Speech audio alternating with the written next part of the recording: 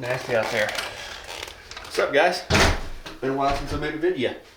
So basically I tagged out in November and I put that video on YouTube. I've got both my bucks this year and Trevor's buck on there. Since then, I really haven't done any videos and not a ton to do with hunting in general. I kind of just gave everything some time to rest, took Bailey out shotgun hunting a little bit. That didn't turn out too hot.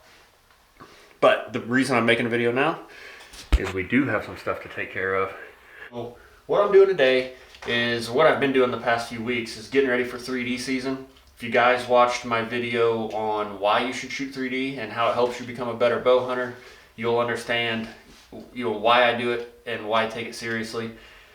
Beyond benefiting you bow hunting, I'm competitive and I just enjoy the competitive nature of the sport. Really, most of it's just discipline, self-discipline, and just like anything else, there's gearheads out there that want to mess with every little knick-knack, and you can spend thousands and thousands of dollars on 3D gear. As the video title states, today I just want to break down what you need to start 3D, and then I'll let you guys take it from there. And if you fall in love with it, you'll spend more, but real quick, I'll show you the very basics of what you need to get ready to go this 3D season. If you're watching this, you're probably a bow hunter, and that's literally all you need is your hunting bow. And I shot a 3D the other weekend, so you need your hunting bow, your hunting arrows. I just take them straight out of my hunting quiver, screw in field points like I'm sighting in, and that's all you need. I do recommend binoculars, and I just use my regular hunting harness and binoculars. Some 3D courses allow you to use rangefinders, and take that if so. Just make sure you read the rules, because if you're out there range finding... Alright, anyway, just read the rules, because if you're going to a 3D course that is all unknown yardage and you bring a rangefinder with you, whether you're using it or not, people are going to be concerned about that. So, no cheating. Don't bring your rangefinder if they don't want you to, and just straight ask them if you're not sure. Okay, so to go with that, obviously, bow, release, arrows, binoculars. I don't think you need this, but I highly recommend it. It's a nice hip quiver. This is made by Neat, N-E-E-T. I've had it since I was probably 14, 15 years old. I was just out shooting in the rain, so it's dealt with all kinds of conditions like that and never caused me any issues at all. You can carry arrows in your pocket, you can carry them in your hunting quiver, but I just recommend this, not only to carry your arrows a little easier, but also, if you do use a handheld release, a lot of guys are using thumb buttons nowadays to bow hunt with. You can get your release pouch, that straps on there, throw a hinge or a thumb trigger in there. You can carry a couple of pins for your scorecards, and then in your quiver here, I usually just carry a spare release, in case something happens to the first one, Allen wrenches, and a lens cleaning cloth for your binoculars. So that way you can carry a few extra things, and you can actually put that rangefinder we talked about, if they let you can put it in there, or you can, what else is in here? These are different peep sight apertures, whatever. Just carry odds and ends, and a little hip quiver makes that stuff real easy. So for 99% of you just wanting to get into 3D or just starting out, that's gonna suffice. Hunting bow, hip quiver, some arrows. You can find all this stuff pretty cheap. Get right into the ball game without investing a lot. Most 3Ds cost 10 to 20 bucks to enter, so you can start cheap. Once you start shooting 3D, it can start to progress, and this is where it can end up. So this is just a target bow. Basically, the only difference in a hunting bow and a target bow is a lot of times they're a little longer axle to axle.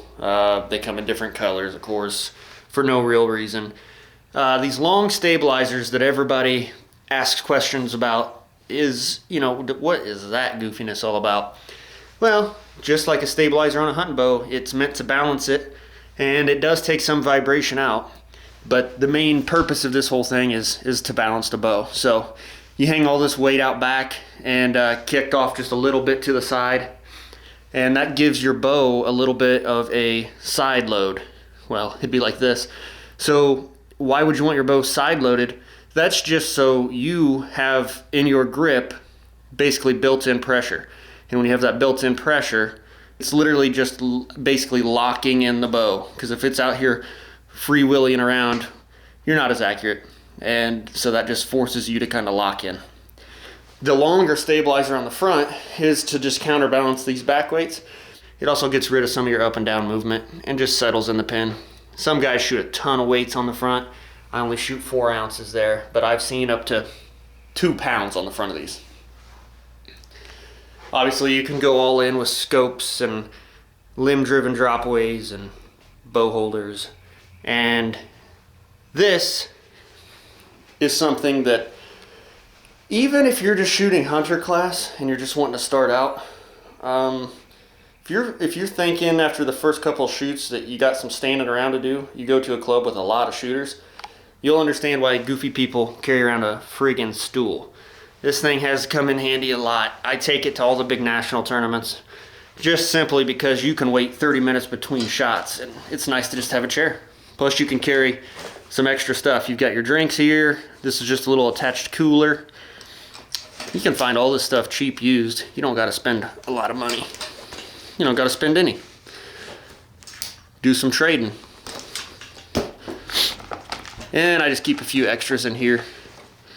That's a Holiday Inn special that I promise I paid for. Basically, if your hands get wet or it's raining and your handheld release is slipping around, you can dry off with that. This is a little umbrella for my sight because I do shoot a lens in my target bow and I don't want water droplets all over it. You can't see. Another spare release. Some odds and ends, hardware, O-rings, pencil, bowstring wax, and this is, I carry my binoculars on that sometimes. Recently I've just continued to carry it on my hunting harness. Hey, quick tip on this. Me and Brady were talking about this the other day.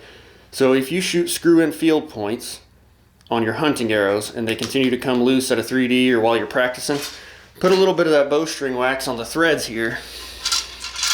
Just unscrew your field point, put a little wax on the thread, screw it back in, and that'll kind of lock it in and keep them from rattling loose and annoying you every 10 seconds. It's not perfect, but it definitely makes a difference. It also will keep them from rusting in there and permanently being locked in. I've had that happen too. But really guys, that's it. Go shoot some 3D. Please don't be overwhelmed by it. That's the reason I'm making this video, is guys will show up to a shoot or they'll look up 3D and they'll see this situation here and they'll see all this junk and they're like, oh my God, I don't have any of that. I don't know what any of that does. You don't need it. Just take your hunting bow, your hunting arrows, your binoculars, show up at an advertised 3D tournament, ask them if there's anything you need to know. Usually there's not. You pay, you read the instructions at the front on how to get through the course and what the scoring is like. Take some buddies, have some fun. And if you guys have any questions that I didn't touch on, or you've seen anything in here that you want me to go in depth on, let me know. I will be messing with all this stuff daily here through the rest of summer probably. Thanks a lot. Like and subscribe if this is of interest to you. And if it's not, kindly let me know why. And I will take your feedback, honestly. Thank you.